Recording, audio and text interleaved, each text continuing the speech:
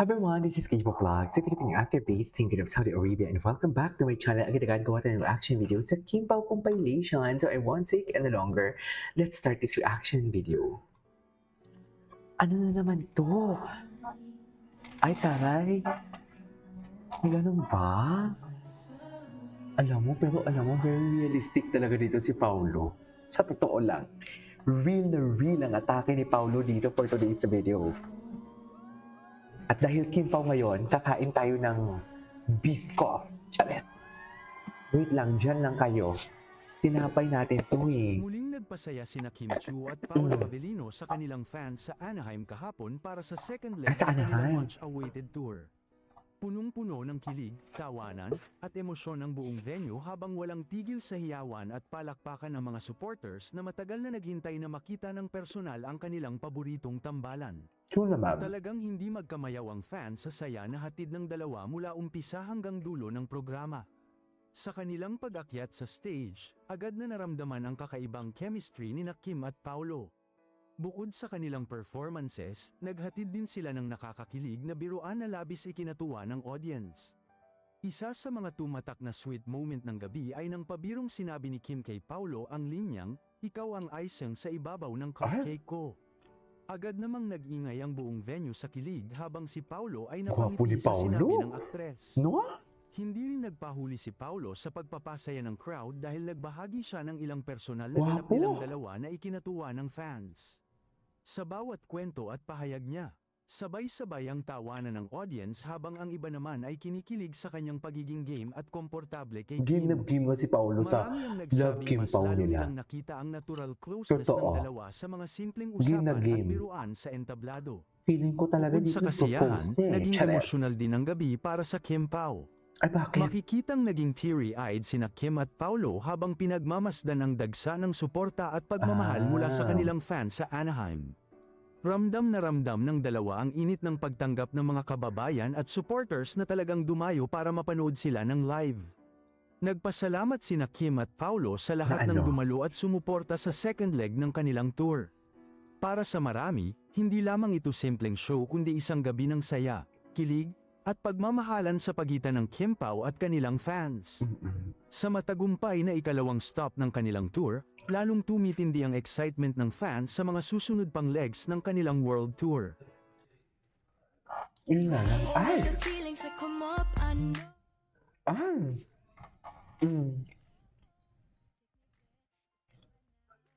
Saan dahil?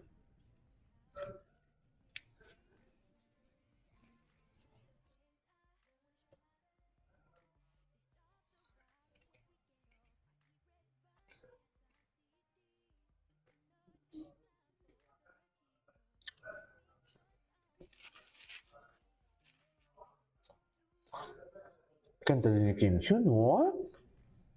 Totoo lang.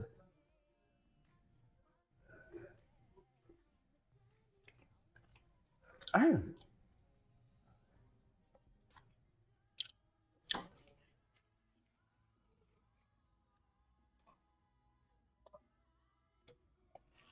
Ay! Ano yun? Sinabitan ng pera?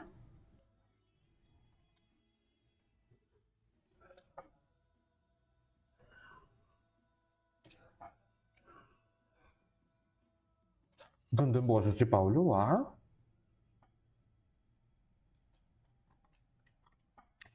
Ano yung ginawa doon? Ano yung sinabit doon? Parang may nag-abot sa'yo ng tip. Parang wala ako natanggap na tip. Kapal-kapal to. Hala, parang mas likod sa'yo. Parang nakabanderang cash. Yung mga ano, yung mga illegal na gawain, di ba nakabili? Super, wala naman siguro yung ganyan dito. Oy. Pero grabe no, nakakatuwa naman doon pa sa likod. Amazing! Meron lang ako nakita ang stroller ng baby na wala na yung baby. Pero Kim, lagi akong Ay, tapos na yun. Ay, ang pag-aalaga ni Kim Chiu.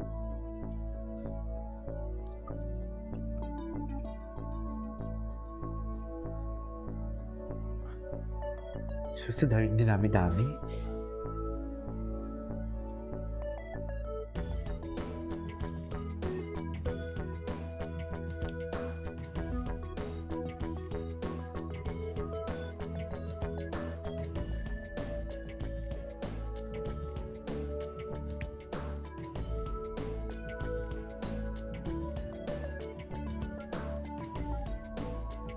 Okay. Ay, Totoo kaya, Kim ano? at Paulo? Nagugulat naman ako sa boses. Sa bagong negosyo itinatayo. Ay, Hindi anong pa naman negosyo ito to? kumpirmado pero mababasa sa comment section. Ang congratulations. May mga kumakalat kasi na chismis na magiging magkasosyo daw ang Kim Pao tandem ni na Kim Chiu at Paolo Abilino sa bagong negosyo. Kaya naman, kanya-kanyang hula at opinyon ang lumalabas sa social media dahilan para pag-usapan ang mga bagay-bagay na may kaugnayan sa lovebirds.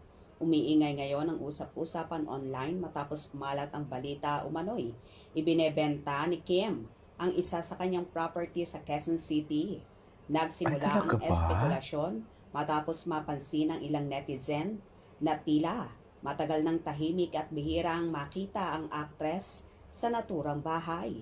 May ilang ulat din na Ayan. nagsasabing posibleng ibinebenta na ito. Ayon sa isang source, isa raw sa mga dahilan ng naturang desisyon ay upang maiwasan ang posibleng komplikasyon kaugnayan ng umano'y bahagi rito ng kanyang kapatid na si Lakambini o Lakam Chu. Matatandaang naging laman ng balita noon ang issue sa pagitan ng magkapatid kaugnay sa ilang Si Ate financial at Lakam. business concerns. Sinasabing nais umano ni Kim na maayos ang lahat sa mapayapang paraan at maiwasan ang mas malaking gusot pagdating sa usaping ari-arian. Para sa ilang malalapit sa aktres, mas pinipili raw nitong tapusin ang anumang alalahanin upang makapag-focus sa kanyang career at personal growth. May haka-haka rin Talaga na ba? posibleng bahagi ito ng pagbabago sa lifestyle ni Kim, lalo na't mayroon pa umano siyang ibang property sa Metro Manila at labas ng lungsod. Kaya para sa ilan, hindi malayong practical decision lamang ito at hindi dapat agad lagyan ng intriga. Sa ngayon, wala pang opisyal na pahayag mula kay Kim o sa kanyang kampo para kumpirmahin ang tunay na dahilan ng umano'y pagbebenta ng bahay. Habang patuloy ang espekulasyon, marami pa rin sa kanyang fans ang nagpapakita ng suporta kay Kim. Para sa kanila, anuman ang pinagdaraanan ng aktres, nananatili silang naniniwala na malalampasan niya ito ng mas matatag Totoo. kesa. Ay, yun lang.